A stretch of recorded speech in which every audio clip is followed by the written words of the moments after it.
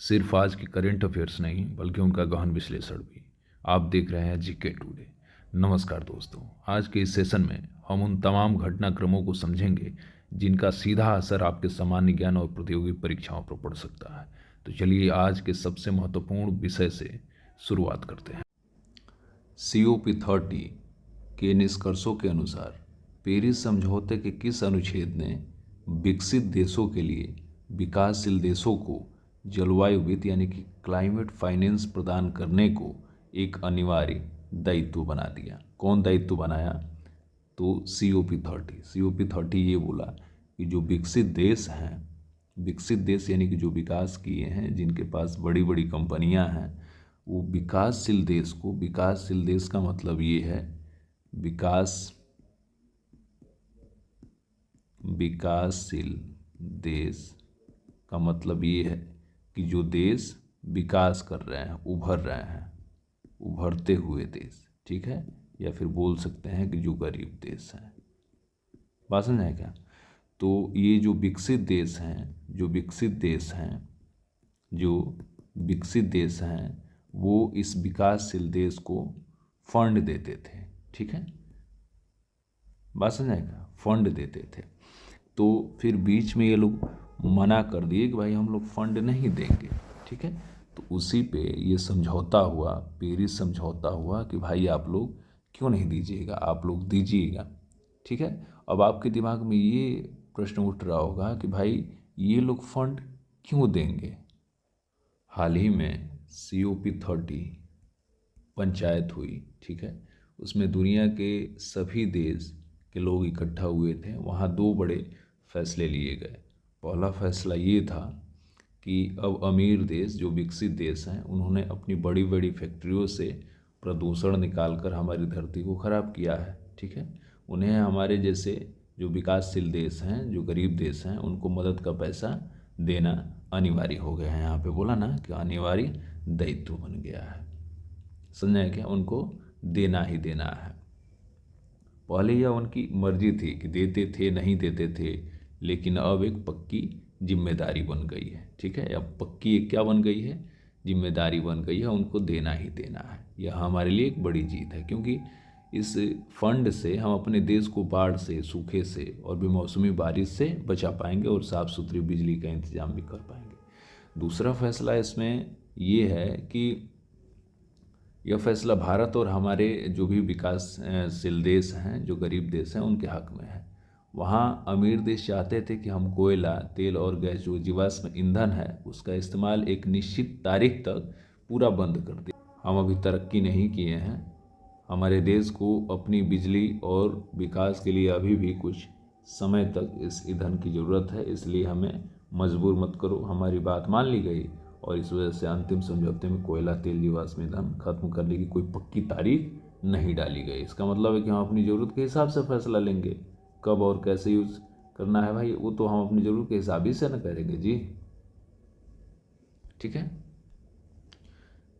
23 नवंबर 2025 को सेवानिवृत्त हुए भारत के 92वें मुख्य न्यायाधीश CJI न्यायमूर्ति BR गवई के कार्यकाल में कोलेजियम द्वारा अनुशंसित न्यायाधीशों की नियुक्ति पर केंद्र सरकार की रिकॉर्ड स्वीकृत दर क्या थी?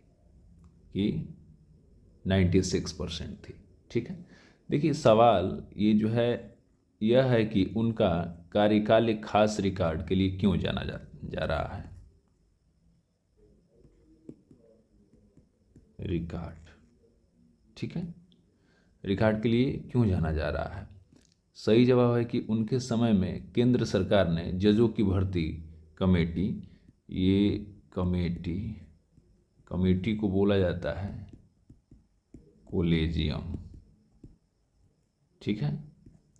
तो कमेटी की 96% सिफारिशों को मंजूरी देती है, ठीक है।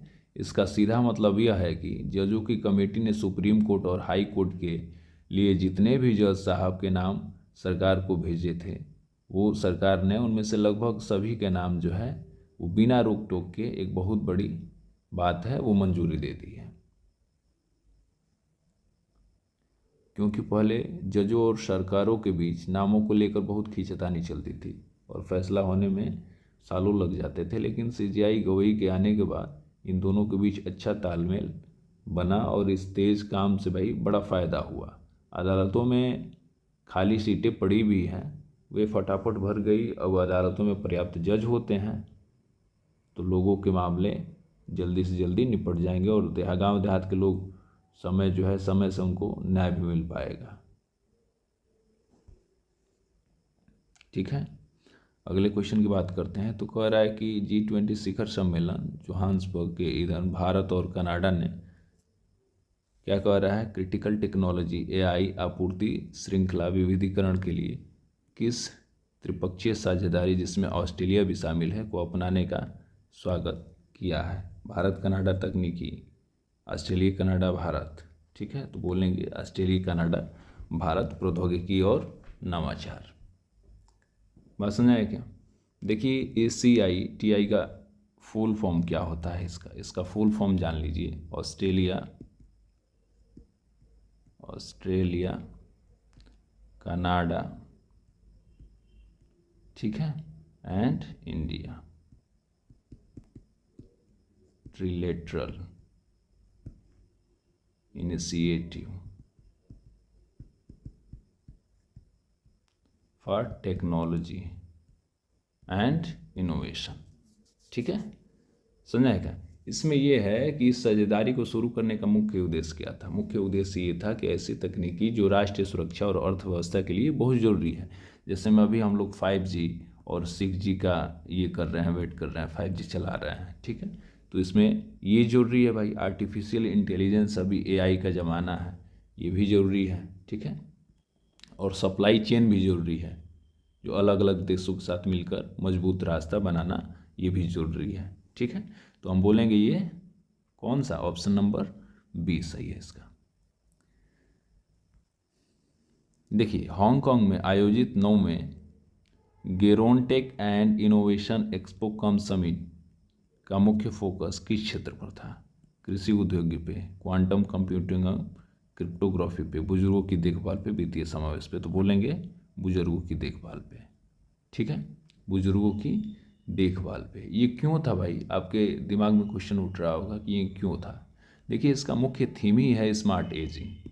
इसका मुख्य थीम है स्मार्ट एजिंग, स्मार्ट बुढ़ापा। ठीक है, स्मार्ट बुढ़ापा इस पर केंद्रित है, जिसका अर्थ है कि तकनीकी का उपयोग करके बुजुर्गों की जीवन की गुणवत्ता और स्वतंत्रता में सुधार करना। ठीक है।